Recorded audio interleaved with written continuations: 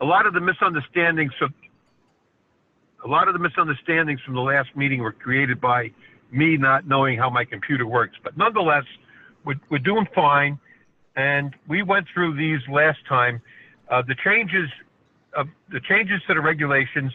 If you look at the last page on the regs that were sent out, you will see that I've listed the changes as I did at the last meeting, and I'll go through them real quick. We have section 1-1Q as the Appendix A. We have for Appendix B, we've included the 87D from the old regs, from the old Appendix B.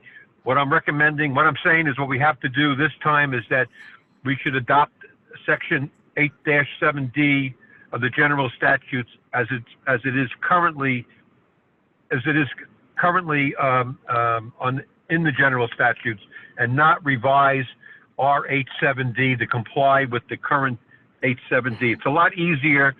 It's a lot less moving words around and moving sections around. So rather than trying to mend our Appendix B, which is section 8-7D of the general statutes, we should just adopt the current 8-7D of the general statutes. Trust me, it's a lot easier than trying to work through different sections. And the only changes there were the changes that related to the 2015 revisions that the state sent us, that says that you don't have to go through any extraordinary means to identify the adjacent property owner. All you have to do is go to the tax record or the register of voters record. That's it. In the past, you had to go through extreme measures to identify an abutter. You no longer have to do it. So basically, that's the change. Appendix C is from the nutrient allocation, section 19 from the nutrient allocation. And we've always had that in our regs. And the reason we have Appendix C, the nutrient allocation, is that one of our requirements for submission of an application is that you include the nutrient allocation worksheet. If you have to do it in the lake zone, we need that as part of our application procedure, so we can review what the person is offering or designing to mitigate their activity in the upland review area and in the lake zone. So we have an opportunity to look at their plan, look at the nutrient allocation worksheet, and make recommendations or changes that address mitigation and runoff and nutrient loading. Currently, the zoning regulations do not allow them to pick and choose where they prefer to see the mitigation.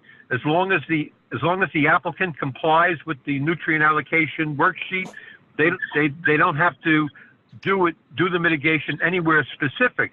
But when we look at it for a wetlands application, we can tell people to mitigate it between the house and the lake rather than above the house in a rain garden, which doesn't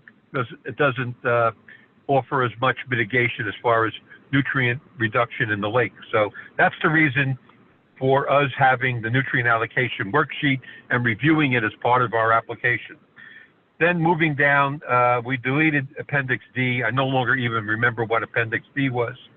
And then in number 5, for the changes that we have, the state reviewed a short review of our regulations, and they said that we have to change the word commission to agency, because that's the way it's worded in the general statutes. And basically it says the Inland Wetlands and Watercourse Act, Section 22A39H states conducted by any department, agency, or instrumentality. So we say commission, and they say, well, the general statute states specifically that it's in compliance with and it's conducted by any department, agency, or instrument. So it's a minor adjustment. And then in Section 6, which is the second change that we had to make to our regulations based on the DEEP's review of the regulations, is that we had to delete Section 20-2 or 20.2 because it was inconsistent with Section 870C. And 870C is one of the changes that we had to update to our current 8.7D in our regulation. So rather than running around and making some minor word changes and screwing it up inevitably, we're just going to adopt the changes as they're written in the current Connecticut general statutes. So, and that was a minor thing. It said there was a distinction between the day of submission and the day of receipt. And we had something that was inconsistent with the new 8.7DC. So, nothing to really quibble about or to struggle with as far as understanding. These are simple regulatory, statutory changes. And then number 7, section 1910B3, we're going to add to our regulations 1910B3, an applicant in the lake zone required to complete the nutrient allocation worksheet to comply with the zoning regulations. If he reduces the nutrient loading by greater than 15% of the required reduction, the filing fee shall not be required. Excellent. So we discussed this, a couple, 3 meetings ago, and I reworded it a little bit. So just in case they had a big application and it was $1,000 in filing fees and everything, I made it specific to the filing fee, which is basically for a residential home, the filing fee shall be $150.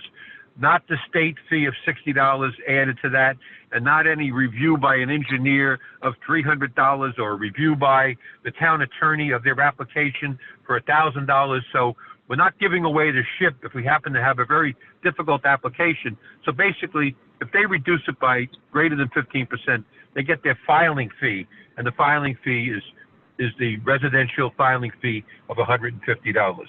So, meaning I wanted to avoid us getting into a situation where it cost us $2,000 for some application because they reduced it by 15%. Section number 8 is 19.5, the monitoring and inspection fees. We did this fee structure probably 20 years ago. I'm going to guess at least 15. Well, yeah, it was probably at least 12 years ago, maybe longer. And so we had to amend it a little bit to get current. We had $75 for engineer review. That's nowhere near what the cost would be. So I made some modest changes, which I discussed, and I will reiterate right now. And it goes on, 19.5B, monitoring and inspection fees. D, the approximate number and type of inspections will be determined by at the time of the filing and or as assessed by per inspection required to monitor the site after the permit is issued. The cost of monitoring and inspections will be charged to the applicant based upon the following fee schedule. Number 4, the wetlands agent is $35 per inspection or billed per hour at $35 per half hour or part thereof. So I wanted to get current because the town's paying, it would cost us money if we were charging less. The engineer is $150 per inspection. Most inspections are 15 to 20 minutes, so we think that's a fair rate, or billed per hour at $150 per hour or part thereof. Environmental inspector, $150 per inspection, or environmental consultant, $150 per inspection or billed per hour at $150 per hour or part thereof. Inspections for noncompliance will be charged $50 per site inspection or $50 per half hour or part thereof. Meaning if we have to go out and do re-inspections because of noncompliance, the perpetrator or the violator should pay for the town's time. Number 9. I want to go back up. I want to go back up the engineer for a minute. Yeah, go ahead. Is that professional engineer or engineer? That would be professional engineer. Okay, it probably should say that, really. Okay. You have to have a license. Very good. You're right. Okay. Professional engineer. So Flo, make that note, Flo, please, because I'm in South Carolina and may not translate. And I'm sitting in my car and it's dark. Hey, John. The applicant is in the beginning. John. Yeah. Hi, John, it's Mary. I'm sorry I came in late, and I had a quick question. As I was coming in, you Sure, were speaking sure. of nutrient allocation. Specific to Yeah. LMAC, we don't specify where or what should be done. You are recommending that wetlands, though, should be specifying so that we are protecting the lake to the best of our ability. Is that how you characterize? Well, yeah. Well, the way I did it, Mary, and I understand what you just said. Okay, it's clear. What I was saying as you were coming in was that the zoning regulations, though I recommended that they change them to do what we're doing, what we will do when we receive an application. They're working on it, but they haven't moved far enough for me to be satisfied that we're going to get the best application. So what we did several years ago was we made it part of our application procedure that anybody in the lake zone who's making out an application and it happens to involve not just a zoning permit, but a wetlands permit. If it involves a wetlands permit, they have to submit with their wetlands application a completed copy of the nutrient allocation Correct. worksheet. Correct. We get an opportunity to look at that. We get to see where they're mitigating and where they're reducing the 10% loading that's required for them to get their zoning permit. The zoning commission doesn't require that they do it in any specific place or part of their lot. All they require is that at the end of the day, it's reduced by 10%. That's all they require. When that application comes before us, and we see that they're going to be putting a rain garden up by the road, and they're going to meet their mitigation up there, we're going to say our preference is that you mitigate it down below the house, between the house and the lake, down below the driveway, between the driveway and the lake.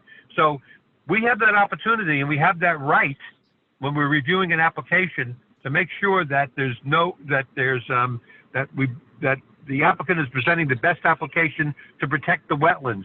So though the zoning commission, thank you. Yes. Okay. So that's that. You're here. And thanks for having me repeat that again. Now it's clear to me. I'm going to forget about the 2006, 7, 8, 9 revisions. We adopted those already. Where we're at is the 2015 advisory changes to the Connecticut General Statutes 8.7D, additional notice to those listed as owners of the property via the tax map or the grand list. So that's what I explained earlier. That's a change to section 8.7D, that you no longer have to go through extreme measures to identify the property owner. You just have to check those two documents, and that's all you have to do. Now, I'll make it real brief. 8.7D is the section of the general statutes that the Zoning Commission, Planning Commission, and Wetlands Commission sort of joins together, and there's a lot of things in that section that we do identically, or there's a lot of items in that section, time frames that are addressed that may be different for planning and zoning than it is for wetlands, but they're interpreted and there's accommodations made, such as that if the zoning commission is going to have to say it's a subdivision, and the subdivision is for a 5-year approval, and we have the rights to approve an application for 2 to 5 years. Well, if it's for a subdivision, we have to then approve it for 5 years to be consistent with the zoning commission. So those are the sort of things that are addressed in 8.7D. The time frames of submission before an application, the public hearing time frame. It makes accommodations where if we're extending our public hearing for 65 days, which we have the right to by statute, the zoning commission, who may be hearing the application at the same time, can then extend it based on the fact that we haven't acted yet. And the applicant, in the past, the applicant would have had to have withdrawn because he would have exceeded his time frame for zoning. Now he gets an automatic extension because wetlands has the same application that planning and zoning has, and we're struggling with our decision. Therefore, zoning can extend it. So that's 8.7D. 8.7D does a lot of the time frames, and like I said, it sort of joins the three commissions: the planning, the zoning, and the wetlands commission together as far as the timing is concerned. So, and then moving down past that, we have nothing else. That's it. those are the changes to our current regulations that I'm recommending that we move forward with. Some of them are statutory. The two from the state, the DEP, the change to H7D is statutory. We're changing our fee structure to accommodate a more current fee structure to address. And one of the things that I didn't read because I was having a discussion was we made sure now that the applicant not only has to pay for the notices for a public hearing and for the public hearing, but he also has to pay for the applications for a decision and for any other additional notices that we may require.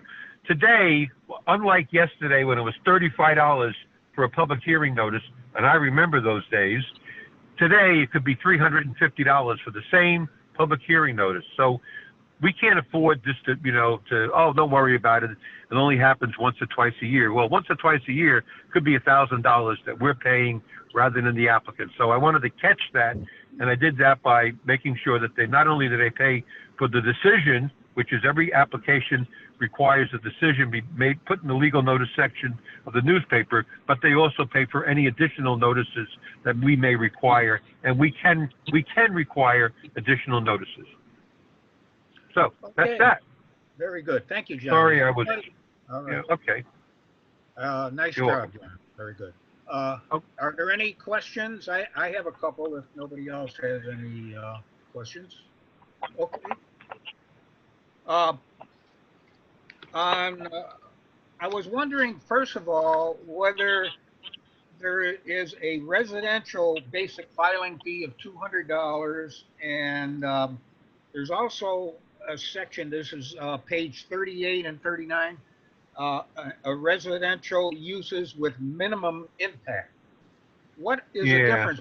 Is there a difference between the two? I'm sure there is. Well, what defines a minimum impact, like a shed or something simple, whereas the other you help me with this, John. I don't have any numbers on, so I have my phone. So, but what section is that specifically? Okay, 30. You got 19, put on page 38. 38. I don't have pages.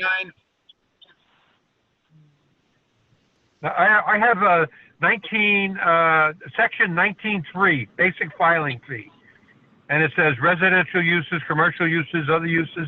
Then it says basic filing fee of $200. And then after that, it says basic residential subdivision filing fee, $150, commercial, other uses.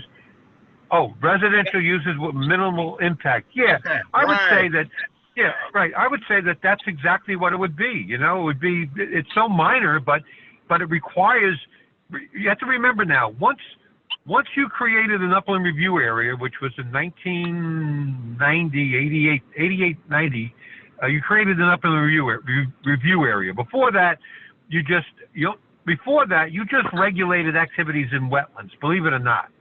Then you created a 50-foot, then a 75-foot, then a 100-foot upland review area. When you created that upland review area of 50, 75, 100, and then 200 feet to areas of special consideration, those by statute, you have to issue a permit if there's an activity in that area.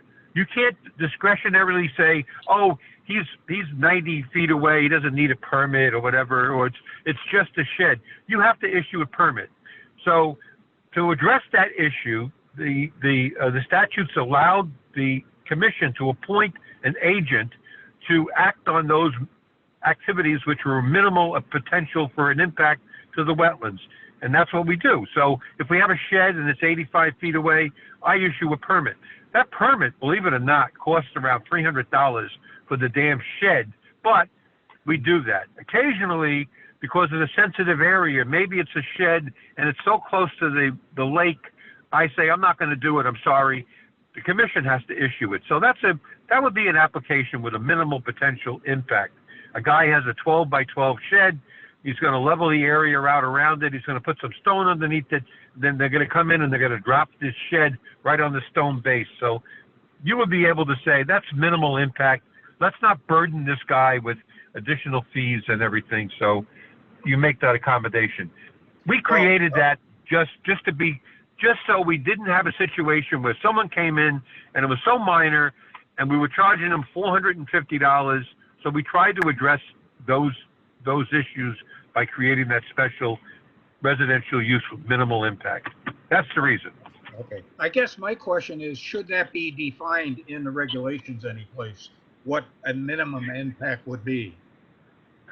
I think that's discretionary. I think you have to look at them based on slopes, based on the sensitivity of the wetland area, and that's really difficult to do in a regulation, a wordy document.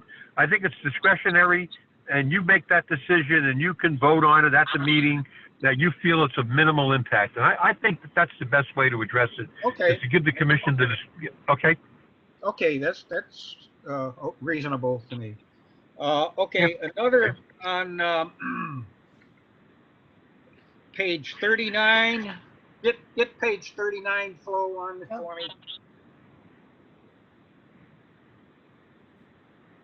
Is that page 39? Yes, it is. Yep, yes.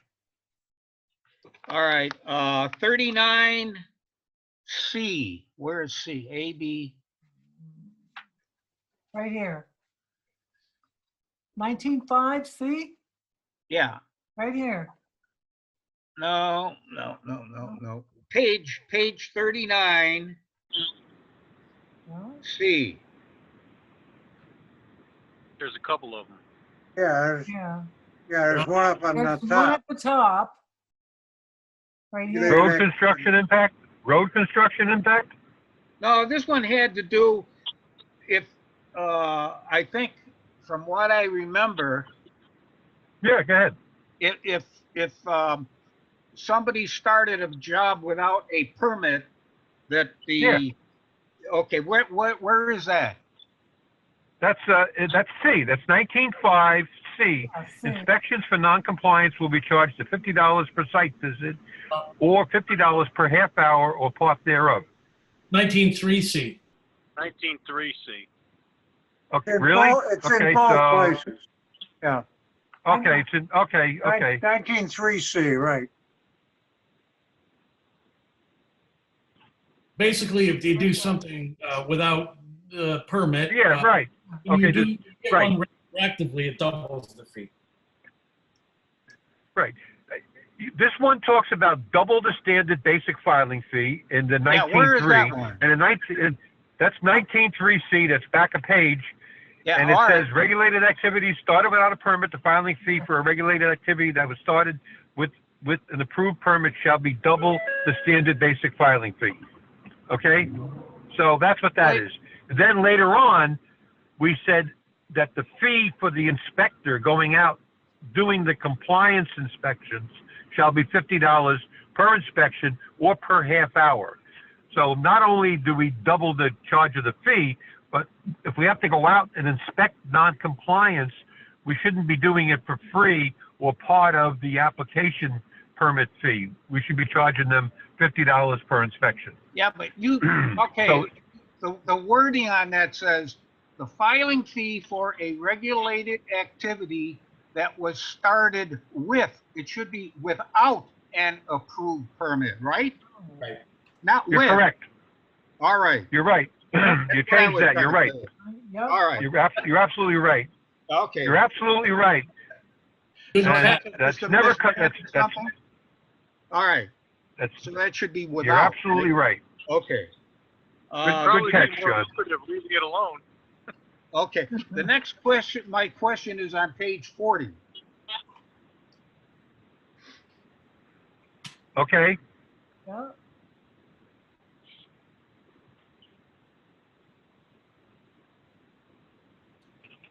Okay.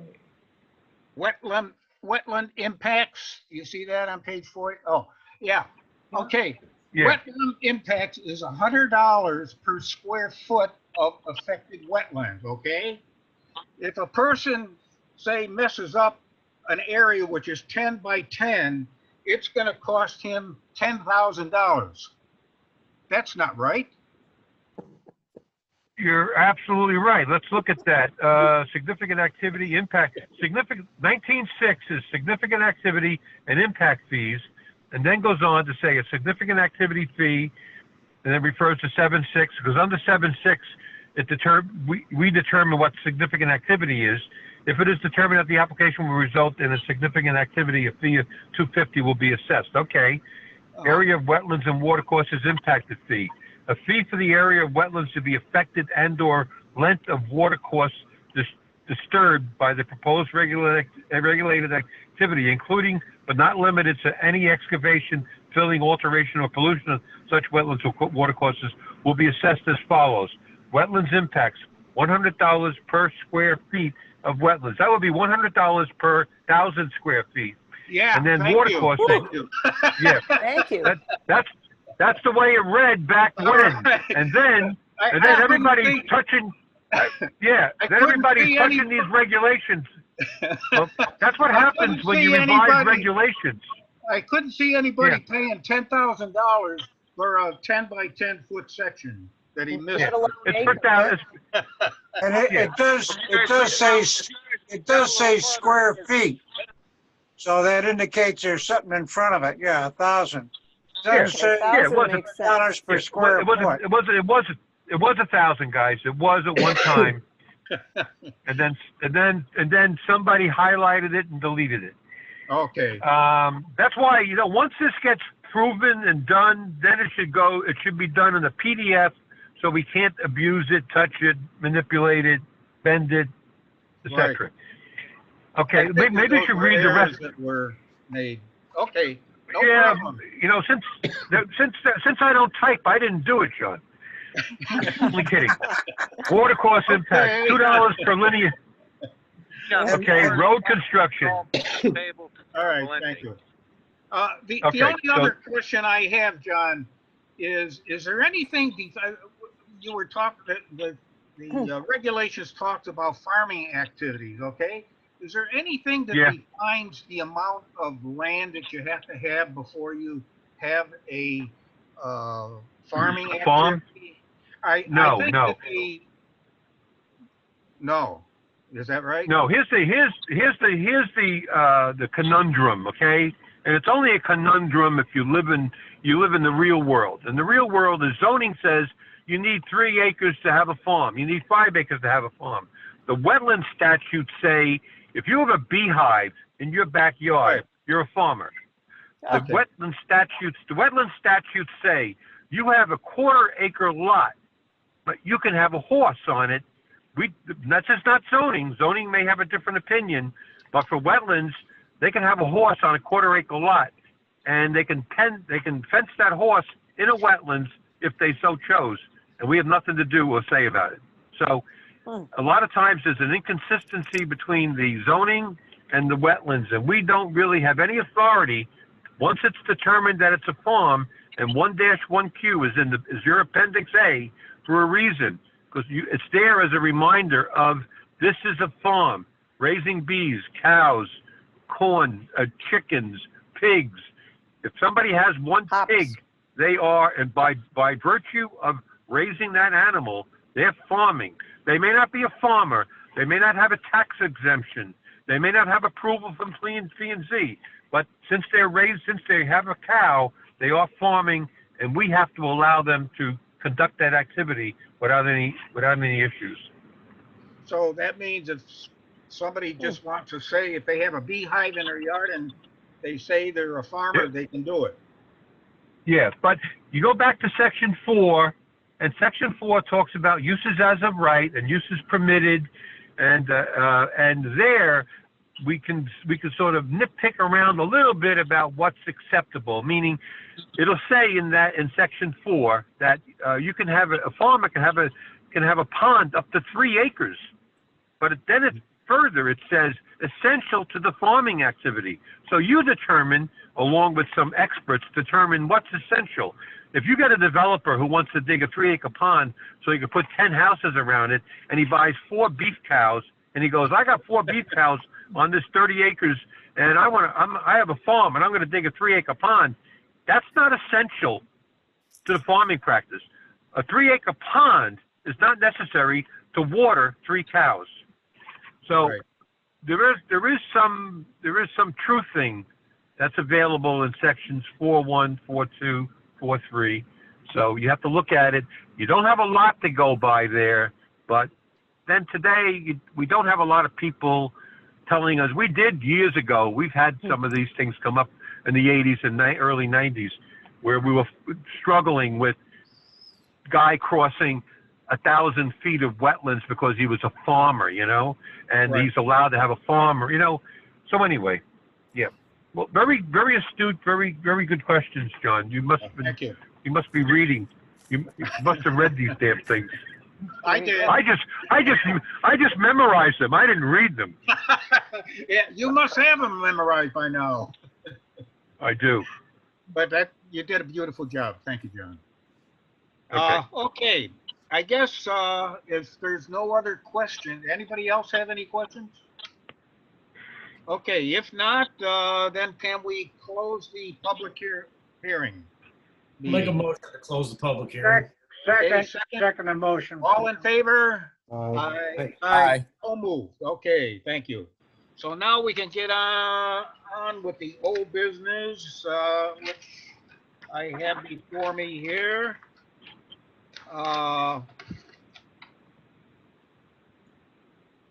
Don't have any old business, do we? Okay, so we Well, got new old business. business.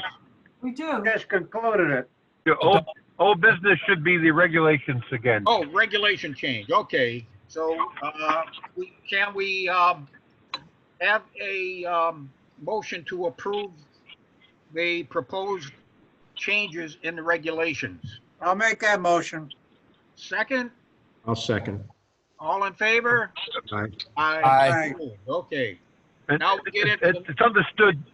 It's understood as amended. There's a couple changes that you recommended, John, that Oh, yes. that Tip recommended, and there was one change that I recommended over and above what was discussed earlier, and those would be incorporated. And that is section 8.7D that currently as it stands in the general statutes, and then the 2 or 3 typos and corrections, 1,000 square feet, and then the change you mentioned, John, regarding approved permit, not approved. So I think we're clear, okay. and Flo has that. Yes. Okay, just wanted to reiterate for the record, even though it was after the vote. Okay, no problem. All right, so new business, we have the approval of the meeting minutes for October 5th, 2020. That was our last meeting. Do I have a motion to approve them? Everybody? I'll make the motion. Okay, second, I'll second it. all in favor? Aye. So moved. We don't have any audience of citizens. Do we have any communications or correspondence?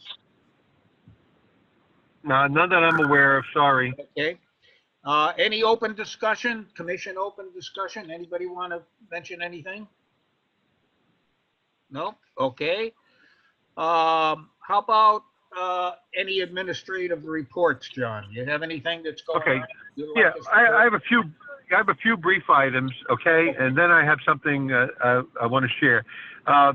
Hamilton 5 Tungus Drive for a pool. That was an administrative approval in the last month. Parmiter, in-law apartment on 19 Yeomans Road. And then I don't have the address. It's Sofaldi for a driveway in the Upland Review area. I didn't have the address. I'm sorry if anybody knows where Sofaldi lives. It's 51, John, it's 51 Zegda Road. 51 Zegda Road. Okay, thank you.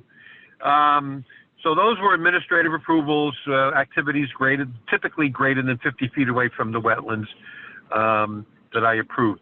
And then further, I looked at, there's an up and coming application on Webster Lane. If anybody has gone down Webster Lane at the end on the right before you get to Desiato's house and Ray's house and Rick Nassif's house, on the right there's an old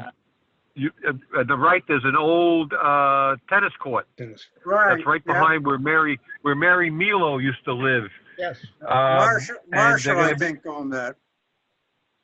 Or Okay. Alice Milo owned that maybe. So there's a lot Okay, of so Alice everybody is, Milo owned that. most of you guys are familiar with it, and everybody will be familiar with it before long.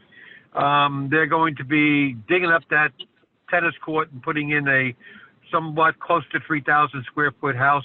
They're going to be denuding the lot. They're going to denude the lot. The tennis court is, typically a tennis court is 6,500 to 7,000 square feet. This is a 6,700, square foot impervious area, okay?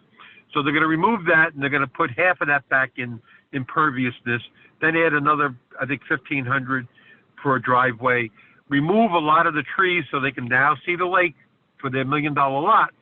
And so the activity, the lot is greater than 200 feet from the lake. But we felt that since the drain in front of the lot goes directly into the lake, we would sort of impose ourselves on the engineer and the applicant. And I think we did it successfully. We let them know that we were really concerned about runoff, about nutrient loading. And I think as of today, Connie, who does the zoning and the nutrient allocation worksheet, was pretty much satisfied that the applicant and the engineer had addressed all our concerns. It's a very tight lot. I wanted a little bit more than I got, but with the septic system and everything, they were sort of limited to what they can do. But we haven't given them approval. We just know that they're going in the right direction. They were receptive to our concerns, and they're addressing our concerns. And Connie is pretty much happy nutrient allocation wise. And when I get back, I will see how happy I am. So that's that. That's all of the activities, maybe a few other things that occurred. And then I left 10 days ago. But what I wanted to share with you is what I've been threatening to do for probably the last 3 years. I am leaving in December, sometime middle December, end of December. I think my drop dead date for being gone is, I don't want to be here in 2021. So I am going to leave, and we're very fortunate that, I've been threatening to do this. You tell me how many years, but fortunately, the town and I sort of acknowledge that a good candidate for replacing me in my position, nobody, of course, but a good candidate, the best candidate that we have is Bill Ross, who everybody knows and loves, and who was sitting right next to you in your Zoom camera. And so myself and Steve and Mark approached Bill, and he was receptive.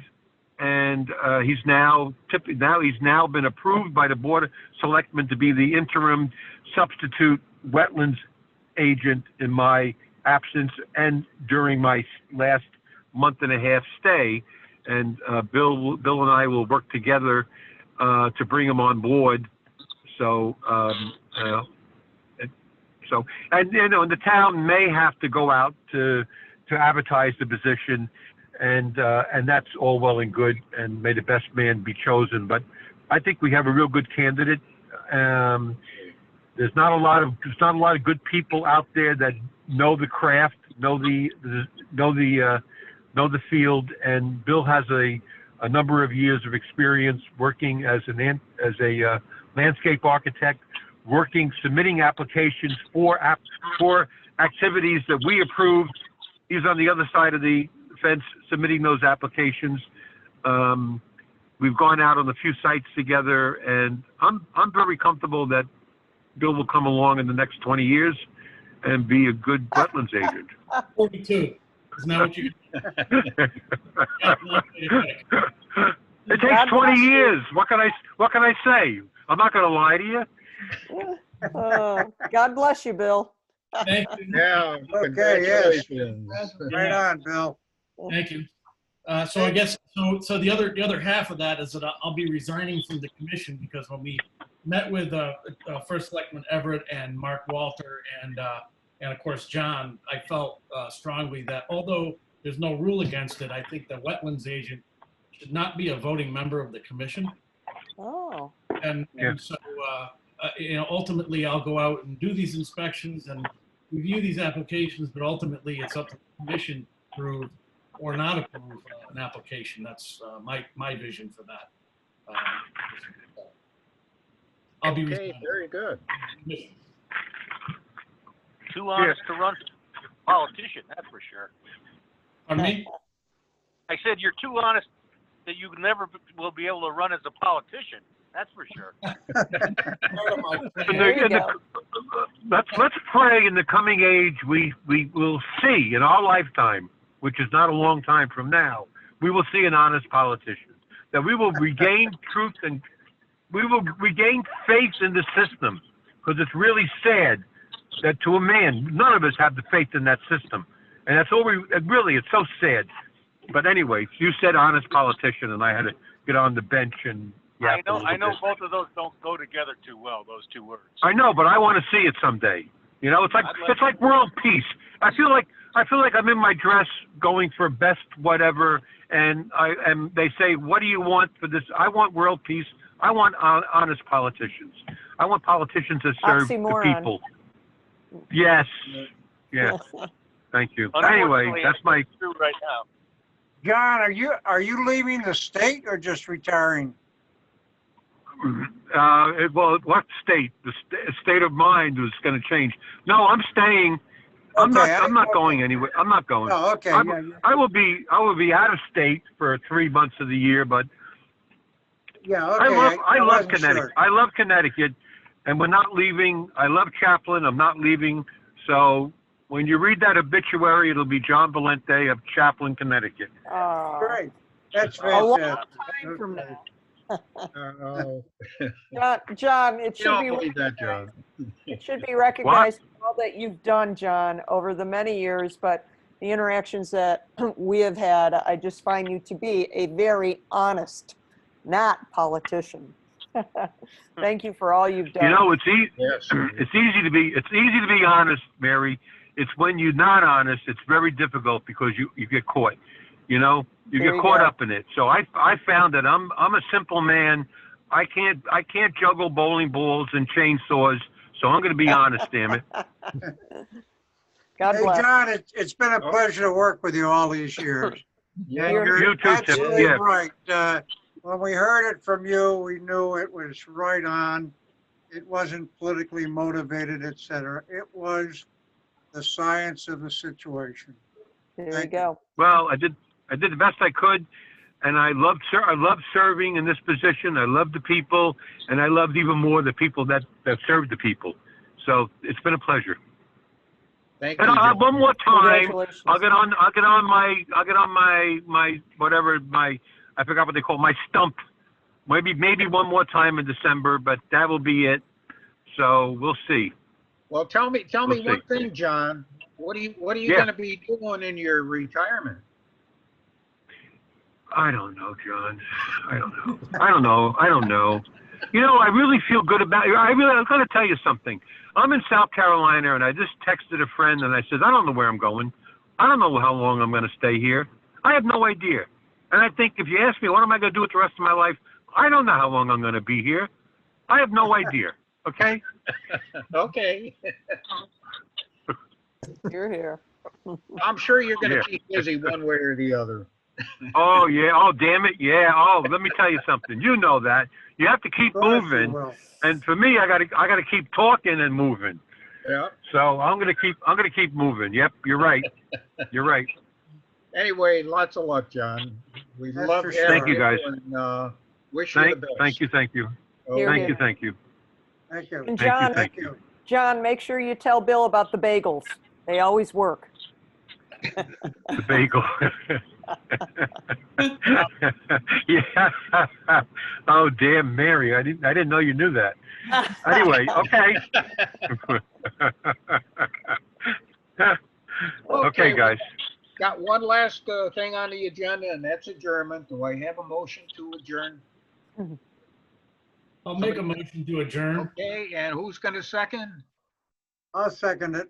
All right. All in favor? Aye. Aye. Aye. So moved. Have a good weekend. You too. Good night, Good night, guys. Thank you, John. Good night. Everybody. Good night, guys. Good night, everybody. guys. Bye-bye now. Bye. Bye.